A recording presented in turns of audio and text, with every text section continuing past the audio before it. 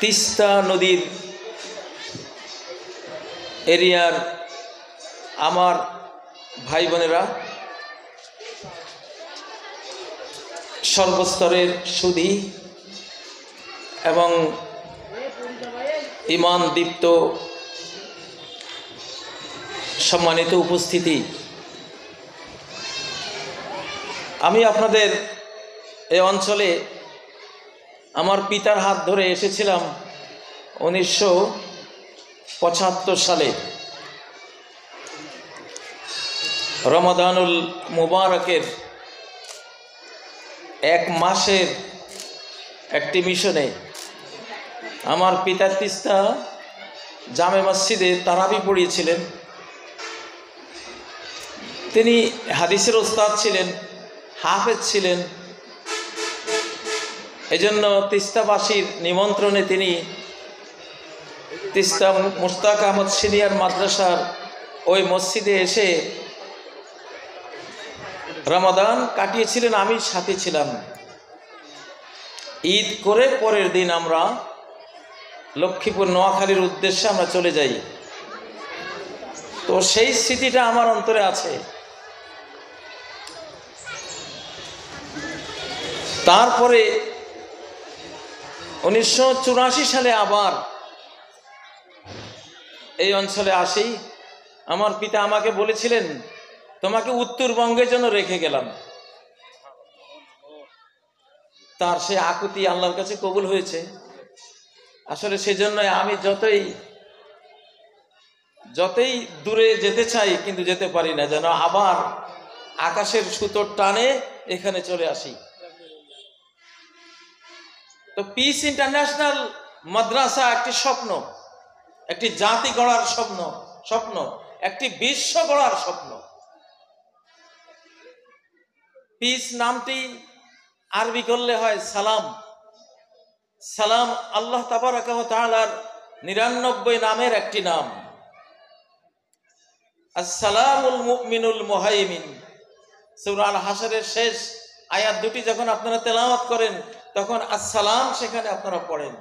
সালাম মানে শান্তি দাতা, পিস গিভার। আবার জান্নাতেরও নাম দারুস সালাম, আল্লাহু ইয়াদউ ইলা দারিস সালাম। সূরা ইউনূসের 25 নম্বর আয়াতে আল্লাহ বলেছেন যে আল্লাহ তোমাদেরকে শান্তির নিকেতনের দিকে আহ্বান জানান, অর্থাৎ জান্নাতের দিকে আহ্বান জানান। সূরা ইয়াসিন যখন আপনারা পড়েন তখন এই সালামটা পড়েন, সালামুন কওলাম মির রাব্বির রহিম। জান্নাতীদেরকে আল্লাহ সালাম বলবেন, শান্তি আর রহমত বর্ষিত হোক তোমাদের উপর। কওলাম মির রাব্বির রহিম, অনন্ত অসীম দয়াময় বিশ্ব স্রষ্টা প্রতিপালকের পক্ষ থেকে একটি ঘোষণাবাণী তোমাদের জন্য, একটি অভিবাদন তোমাদের জন্য যে সালাম সালাম। সূরা আল ওয়াকিয়া যখন পড়েন সেখানে পড়েন ইল্লা কিলান সালামান সালামা। জান্নাতে গেলে ডানে বায়ে সামনে পেছনে চতুর্দিকে জান্নাতের খাদেম ফেরেশতারা শুধু সালাম আর সালাম দেবে। এমন একটা চেতনা নিয়েই আসলে 2010 সালে আমরা তৈরি করেছিলাম পিস ইন্টারন্যাশনাল স্কুল। আজকে 2025, 2010 থেকে 2025, এই 25-এ আজকে আবার জন্ম হলো এখানে পিস ইন্টারন্যাশনাল মাদ্রাসা। আলহামদুলিল্লাহ, আল্লাহর তৌফিক, আল্লাহর পরিকল্পনা, তারই সিদ্ধান্ত, তারই সৃষ্টি, তারই শিল্প। পিস ইন্টারন্যাশনাল মাদ্রাসা বাংলাদেশে এই প্রথম পিস ইন্টারন্যাশনাল মাদ্রাসা এটি। আলহামদুলিল্লাহ, এটা দিয়ে আমরা কি করব জামিয়া ট্রাস্টের সম্মানিত সেক্রেটারি আপনাদেরকে জানিয়েছেন। এর আগে যারা জমিন দিয়েছেন তারা তাদের অভিপ্রায় জানিয়েছেন। কথা সেগুলি। আমরা পিস ইন্টারন্যাশনাল মাদ্রাসাকে ইন্টারন্যাশনাল পর্যায়ে নিয়ে যাব ইনশাআল্লাহ। আমরা নিতে পারবো কেন? আমরা একটা জিনিস শিখেছি যেটা পৃথিবীর কোন জাতি শিখতে পারেনি। আমরা কি শিখেছি?